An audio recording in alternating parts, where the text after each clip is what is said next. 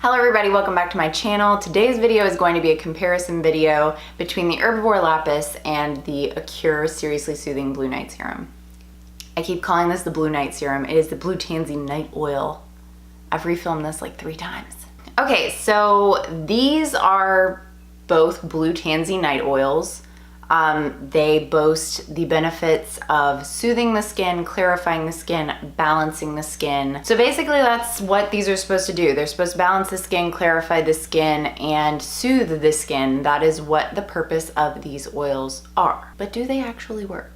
And are they different? These have 2 very different price points. I think that this one is $12.99 US, and I cannot remember how much this one is, but I will put it on the screen. I will put both of their prices on the screen so that you can tell the difference. I think that this one is ½ ounce and this one is 1 ounce, but you can get a bigger bottle of this. Okay, as far as textures go, these in my opinion are super similar.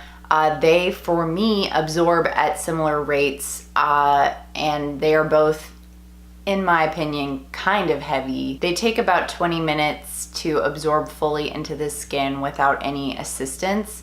And if you don't know, the way to properly apply these oils, really the way that I apply any oils, is by putting some in the palm of your hand, warming it, and then pressing it into the skin as opposed to like rubbing it into the skin. I do not use either of these all over my face, especially not every day. I use these as spot treatments just because I don't see preventative benefits from them, so that's really why. These are excellent for soothing breakouts. They are excellent at soothing inflammation and redness, and that is why I love them. But like I just said, I don't see preventative benefits from either of these. They do not keep me from getting breakouts. They do not really cause my breakouts to go away. These aren't magic for me. They just soothe the inflammation of my skin and make my skin feel better, which is part of why I've continued to use them and why I do say that I love them. And honestly, I've never even considered them preventative products. I've heard other people say that, and that's why I mention it, because honestly, I don't want you to go into this thinking that this is going to give you extremely clear, beautiful skin. These are great at soothing. These, in my opinion, are not a fantastic preventative measure. They might work for some people. They don't work that way for me. So yeah, basically love these as a spot treatment. That's pretty much all that I use them for.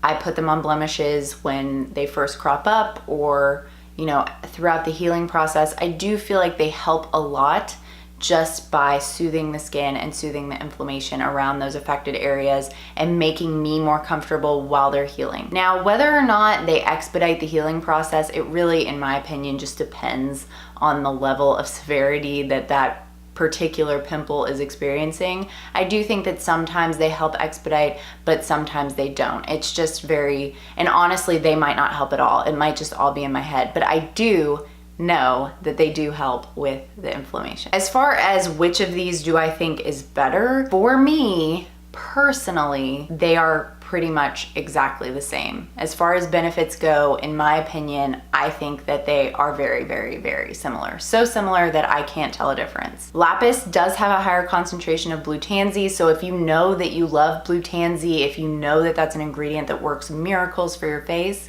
this is probably the one you'd want to go with because it has a higher concentration of Blue Tansy. It is on the more expensive side, but you know, hopefully because of how expensive it is, the ingredients, a lot of care and time went into the quality of the ingredients. But the Acure Seriously Soothing Blue Tansy Night Oil, while it does have a lower concentration of Blue Tansy in it, I find that Acure has really great stand-up products that work really well, and I feel like they put a lot of care into what they put out on the market. And I just think that this is a great oil. So for me personally, I will not be repurchasing Lapis. I know a lot of people who are on the Lapis train and will never hop off. And I guess that this is my unpopular opinion, but I just see absolutely no reason to spend the extra money. One thing that I will caution you about Lapis is if you're going to buy it, I would recommend buying the smaller size unless you're planning on using it all over your face every single night. Herbivore doesn't use any type of preservatives in their products that I know of, and therefore they tend to turn relatively quickly. even considering their shelf lives. Like, I've actually never had an Herbivore product last its full shelf life. They've always ended up like turning colors or growing things. So if you're going to get this, I would recommend getting the smaller size, especially if you've never tried it before. And I would also recommend keeping it in the fridge. If you don't have any space in your fridge to keep this in the fridge, keep it in the coolest, darkest corner of your living space. So yeah, those are basically my feelings and opinions on these two oils. That's it. That's all I've got for you. These are both great.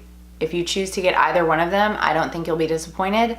I personally would not tell you to get them if you're expecting them to clarify your entire face, because I personally don't think that they have that type of magic within them. But they are great at soothing the skin. They are great spot treatments, especially on the more natural side of things, and just for something to make you feel a little bit more comfortable while you're healing, make your skin look a little bit less red while you're healing as well. Thanks for watching. I'll see you on Wednesday. Bye.